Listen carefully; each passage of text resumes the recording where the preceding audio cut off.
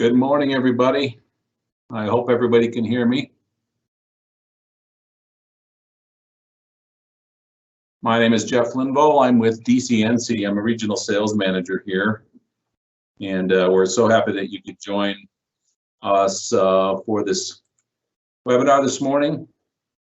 Most of you know who DCNC is, but we have a few of you that are not current customers. So DCNC is actually a full-fledged IT outsourced managed services provider.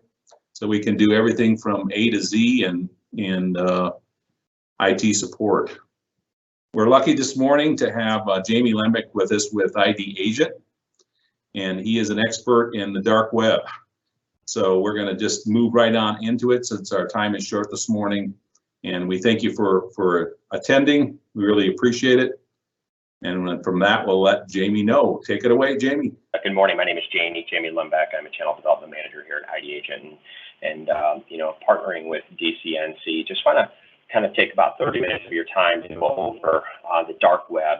What it is, what's out there. Your passwords are out there on the dark web, and kind of just share with you information on ways to be able to protect yourself. And then, in the end, we'll close to having Jeff do some potential scans for you and your businesses to give you ways to be able to protect your environment, be proactive to make sure that you don't get hit by the hackers or hit by ransomware and disrupt your operations. So let's jump right in. Into the first slide here is the dark web. What is the dark web? Today the dark web. Most of us that are out there, we utilize the surface web. Surface web is about 6% of the gross internet. That being, your Google, YouTube, Facebook, stuff of that nature that you use. The dark web is even deeper than that. The dark web is not easy to access. It's actually a place that I do not recommend anybody going unless they are incredibly skilled based upon the things that are out there. The dark web is basically, it's a public place.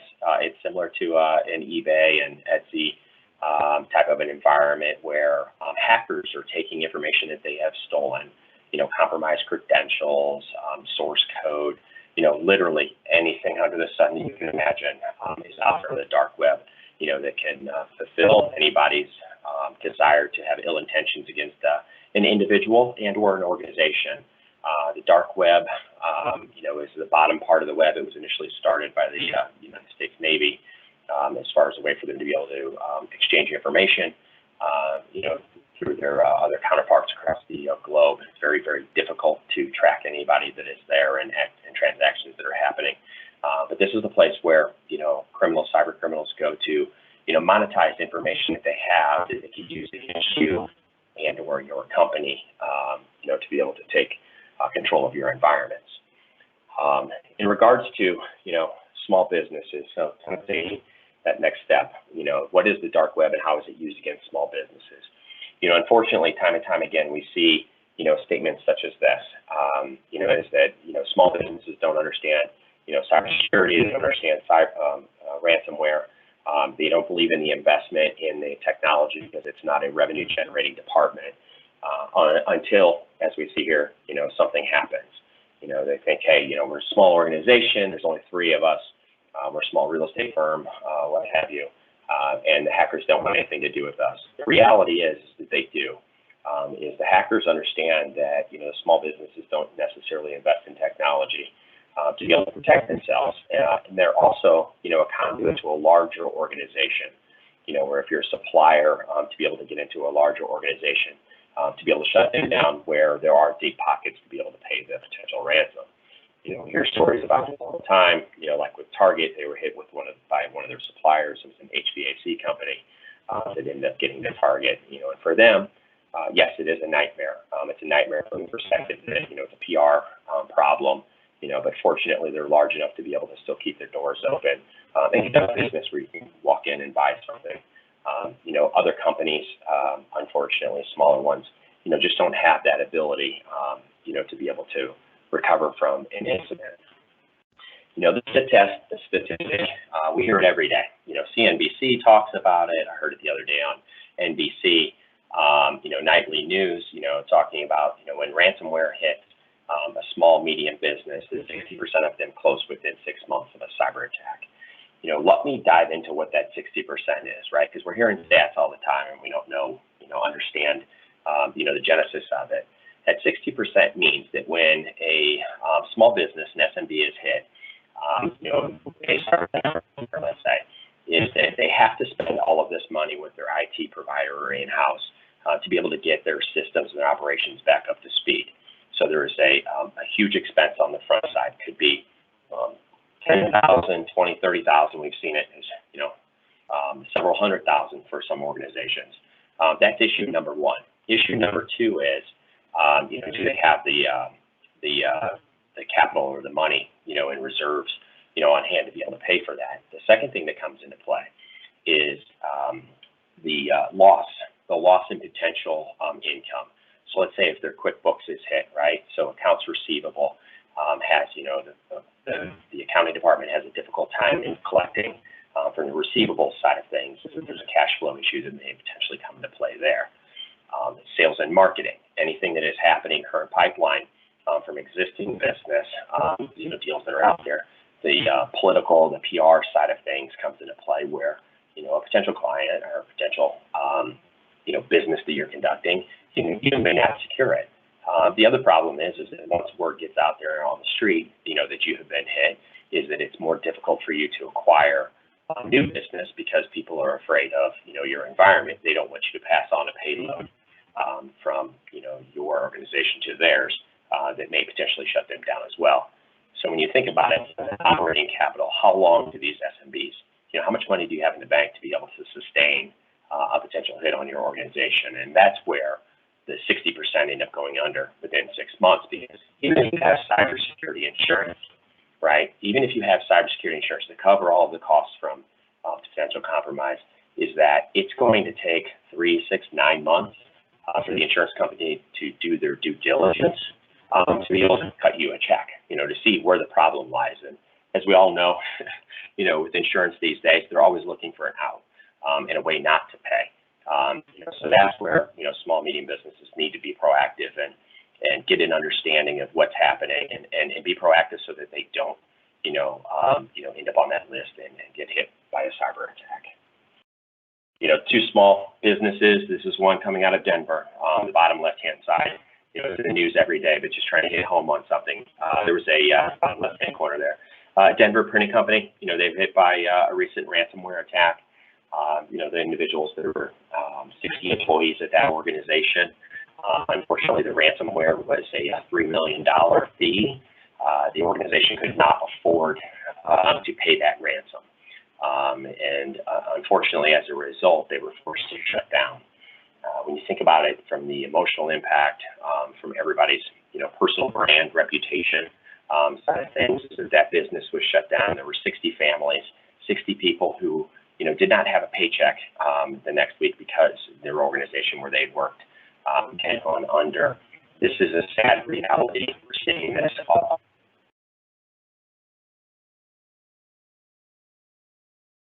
forward, to be able to pay the ransom and then, have the proper disaster recovery policies and backups and everything in place that they need to today.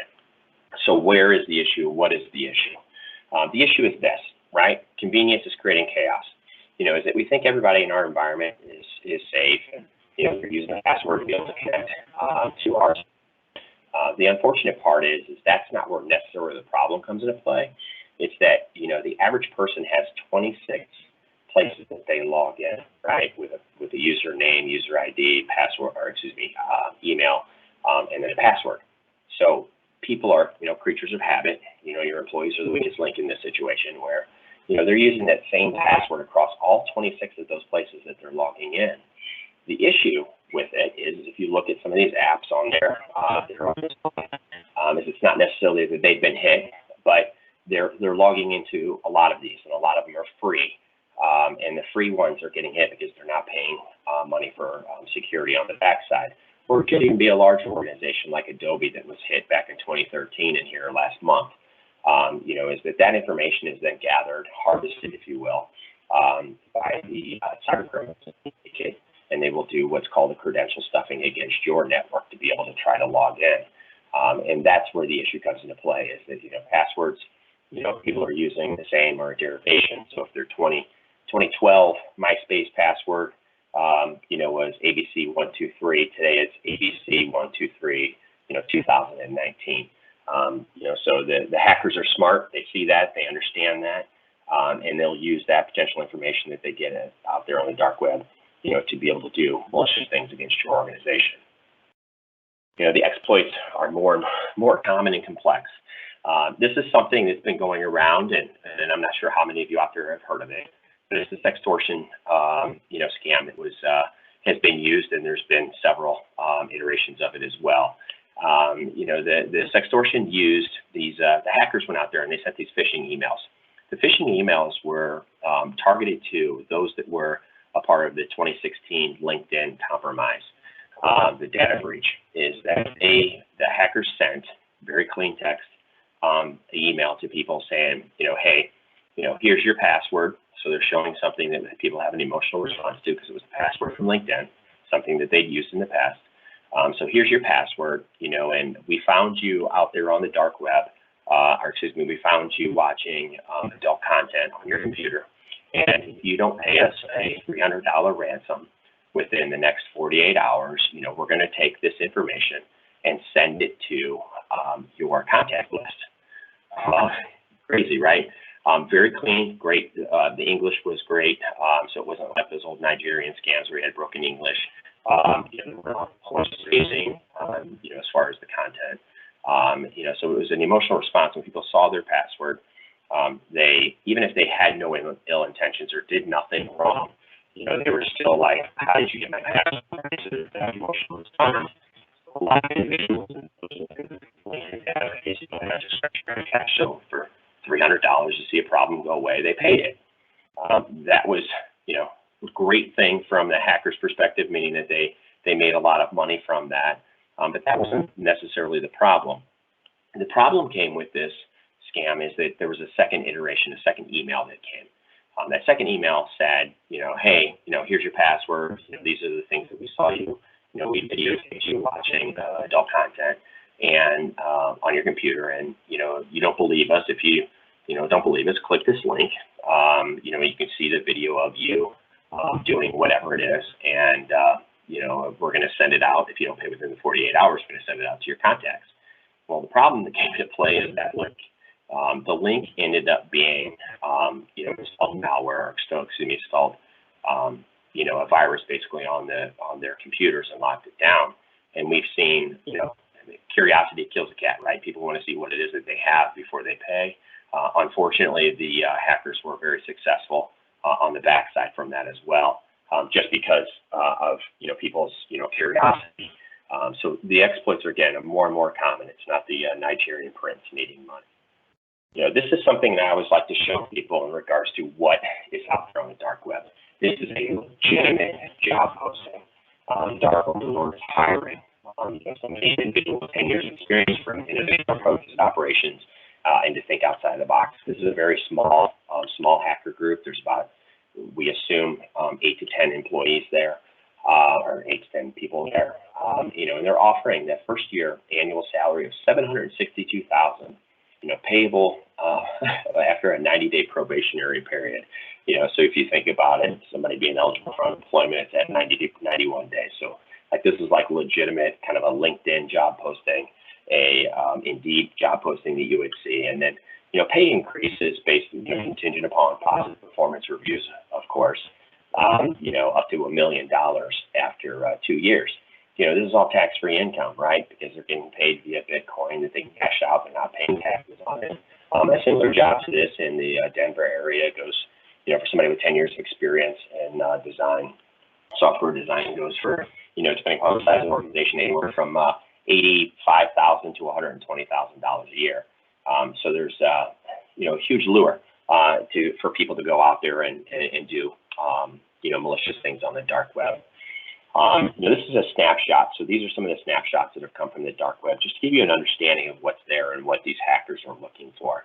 They're looking for zero. We call this a 0 day. So this is the posting. Actually, for information in particular, people, those of you who are Disney Plus, members, noted here within the past couple of days is that there was we initially thought it was a hack where they went in and stole the database and the user IDs and passwords. But what we ended up finding out is it was a case where they used people's previous passwords that they had used other places. It's called credential stuffing, so taking that information and bombarding it against Disney Plus to be able to set up all of these additional accounts that they could turn around and monetize.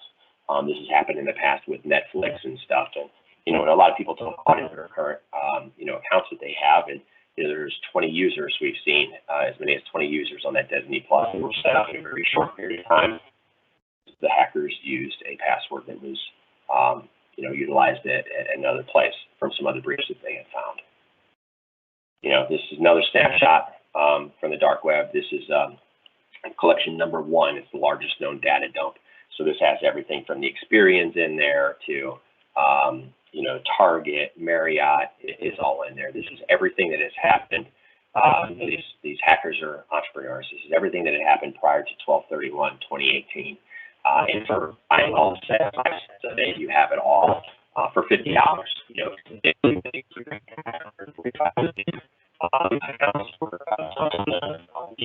That was about $700 to purchase, and now you can get that included for just $50. So, this is a real posting. The hackers are using this information. Every password that you used in the past is within this database.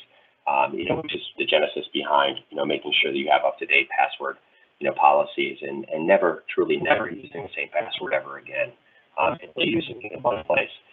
The one thing I also want to address here is if you look at the rating, there's the rating side and communication and quality, is that these hackers and these groups, these marketplaces, it's run just like eBay or Etsy. They get reviews. The reviews are important to them because that's a way for them to be able to monetize things. If they have bad reviews, people aren't going to pay for it. The seller ratings are important for them to be able to monetize the information that they have collected from organizations. Going into an election cycle, this is one thing, and apologize as Kansas for the people who are in Colorado, but this is Kansas voter database. 40 million records is for sale. It's not just Kansas that is getting hit these days. Here are other screenshots for the voter database, for every state. Basically, for $10.28, you can buy the voter registry for those states. For another $700, a hacker or somebody with ill intentions can buy the source code to the voting machines at the local, your local voting polling station. So when they say that it was the Russians that did it in the last election, I'm going to tell you anybody for $700 and $710.28 can do that. Any individual state's voter registry to be able to manipulate the election. So it's very easy. This information is just everywhere for some people that have ill intentions. Here's another snapshot. This is, fraudsters. So there's these Wall Street market, vendor accounts. Fraudsters are going to fraud. They're ripping each other off. So going back to those reviews, the seller reviews, these people are selling, accounts that have had, reviews, 100 reviews for €1,000 to 1,000 reviews for €5,000. So what that does is it just people believe that, hey, this is a great site. I'm going to end up buying something from it, and then turn around. These guys end up doing what's called an exit scam, and the money that is in there, they just take it and apply it to products. Other snapshots from the dark web. Customer service is one thing. It's crazy. You see this. Thank you for giving us another chance to provide you with the best credit cards. These hacker groups even have customer service hotlines that you can call them to see, hey, I'm having a problem with this credit card that I purchased from you, to be able to utilize, and what can you do about it? They give refunds. Customer service is important. You can see in the bottom left-hand corner, U.S. Visa credit card balance of $2,000. These are things that have been vetted. It is a live card. There was $2,000 left on there. you can buy it for $120 per credit card. It is that easy to be able to get this information. Other things that are out there, you know, your business credit card is being sold on the bottom left-hand side. It's at a holiday discount. You know, they're being very festive. It's crazy on how much the dark web, you know, market replicates, you know, that we see every day. You know, this one, you know, they do limited sales of information kind of in and out. The hackers, the cyber criminals don't want to leave breadcrumbs for the feds to be able to find. So they're taking your business information, you know, with high credit score to be able to go out there and do whatever it is. Whatever it is would be something like this, is to be able to take, you know, the business, by business data, so you get the leadership info, employee identification number, corporation, be able to go and set up something such as a merchant account. They can take those business credit cards and they'll even make sure that they're curated for you. But they'll create a bank account in your name, in your company's name, and they'll set it up. It'll be up for about 30 days, 45 days before you realize it. Because eventually when the payments aren't, you know, are fraudulent, or they'll take all those credit cards, you'll have a couple $100,000 in charges, and then it all falls back on you for you to prove that information or that those transactions were not you. It's very easy, and again, you can see this one's for, you know, €29.99. So we're looking at about $40, $40 US dollars, to be able to set up a bank account, and even very targeted. You can buy on a specific company as well. The information, again, is readily available out there. You know, so one of the things, you know, going forward, you know, as far as with DNC and utilizing the dark web, what our dark web ID does, with that agent, is it goes out there into the dark web and looks for your compromised credentials that are for sale by, you know, the hackers, the hacker groups. You know, we have a 24/7, 365 monitoring for signs of those compromised credentials that the DCNC would get notifications to be able to reach out to your affected end users and, you know, have a conversation with them to see, you know, hey, is this a password that you're using currently? And, or, you know, if you are, you know, by all means, go and change the password across, you know, wherever it is. You know, so if it's, you know, one of your employees, say proverbial Molly in accounting, if it's Molly in accounting using that password, or she has access to the business apps of QuickBooks, ADP for software, or for payroll, and Bank of America as well. You know, making sure that that password is changed. You know, our platform goes out there and scours you know, the dark web for millions of sources, botnets, chat rooms where the information is readily available, seen by a lot of individuals, and hackers, peer-to-peer networks, websites, bulletin boards, again, anything like Craigslist, eBay, you know, all of those places, those forums. We have our internal analysts that came from, you know, the Department of Defense, military backgrounds that are very good with the intelligence and be able to identify that information to be able to turn around and share it to you, so that you can take a proactive approach and mitigate any kind of problems that you have in play, you know, from a password side of things, you know, and be proactive so that the criminals don't use that information to be able to gain access to your networks. You know, as far as securing the organization, you know, what does it do? The information that's provided back to you is that the tool, the DarkWeb ID, on that ongoing live dynamic environment, is that it's monitoring your email address, your domain, for any kind of passwords, personal identifying information that may be associated with that individual as well.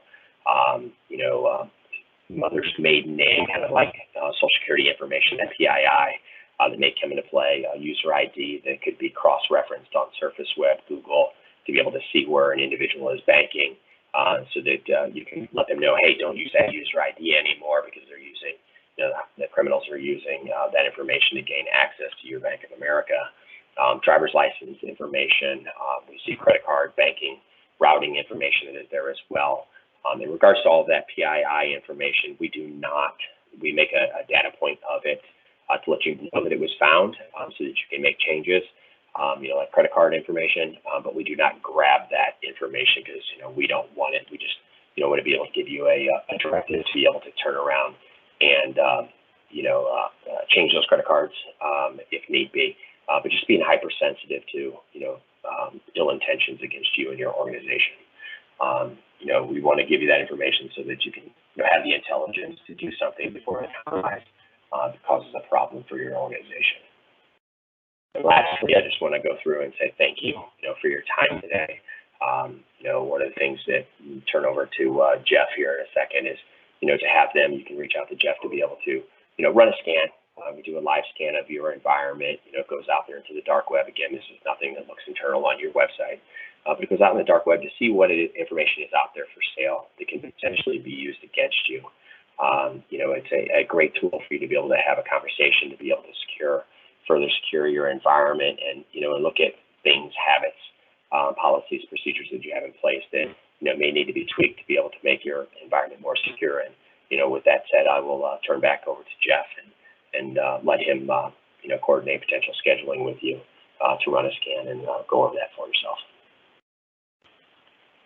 Thanks, Jamie. Greatly appreciate that. So if everybody listening didn't understand, DCNC is offering a free initial scan for your organization. There's no cost, there's no obligation.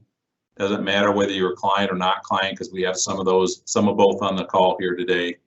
So realize that, guys, this is real stuff, and hopefully Jamie's presentation really opened your eyes to the fact that this stuff is going on a regular basis for your organizations. And the pricing is really nominal. We can talk about that offline individually, but it's so inexpensive that it's just, to me, is a no-brainer. This is something that your firm should be doing, flat out, end of subject. So my email is there, my telephone number is there.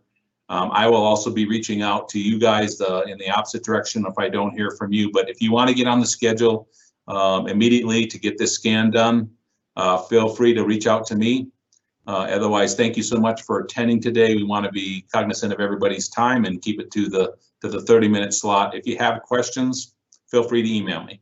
So thanks so much again for joining today. Thank you, Jamie, again at ID Agent. This is DCNC signing off.